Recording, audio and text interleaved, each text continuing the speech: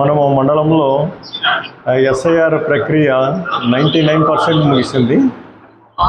అందులో ఎక్కువ మనము మ్యాపింగ్ చేయడం జరిగింది. నో మ్యాపింగ్, ఏఎస్డిస్, ఇంకా డూప్లికేట్ ఓటర్స్ అన్నీ మనకి చాలా తక్కువగా వచ్చాయి. 99% మ్యాప్ చేయింది.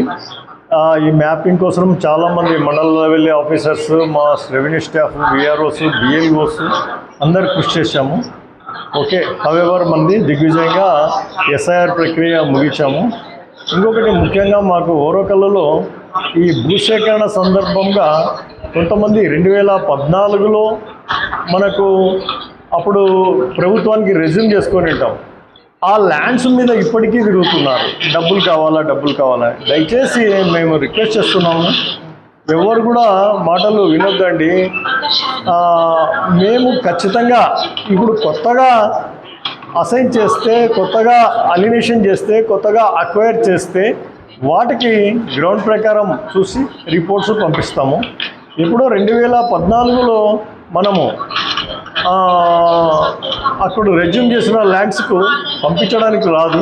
కాకపోతే రిపీటెడ్గా తిరుగుతున్నందువల్ల వాళ్ళ అప్లికేషన్ బట్టి బేసింగ్ ఆన్ మెరిట్స్లో ఏదో ఒకటి పంపిస్తున్నాం, కానీ అది ఫుల్ఫిల్ కాదనమాట వర్క్. ఇప్పుడు కొత్తగా మేము ఏమైనా అలినేషన్ కానీ అక్విజిషన్ కానీ చేస్తే ఖచ్చితంగా డికేటీ ల్యాండ్స్కు కల్టివేషన్ నుండి ఎలిజిబిలిటీ వాళ్ళకు రికమెండ్ చేస్తాము. అలాగే ప్రైవేట్ పట్టా ల్యాండ్స్ కూడా ఈ 181 జీవో ప్రకారం సబ్ రిజిస్ట్రార్ కింద రిజిస్టర్ చేసుకోవడానికి రికమెండ్ చేస్తాము. దయచేసి ఎటువంటి ఈ పాత ఇష్యూస్ మాత్రం అడగొద్దండి. అక్కడ ఎలిజిబిలిటీ ప్రకారం ఇచ్చేశారు, అది క్లోజ్ అయిపోయిన అంశం. Okay, thank you.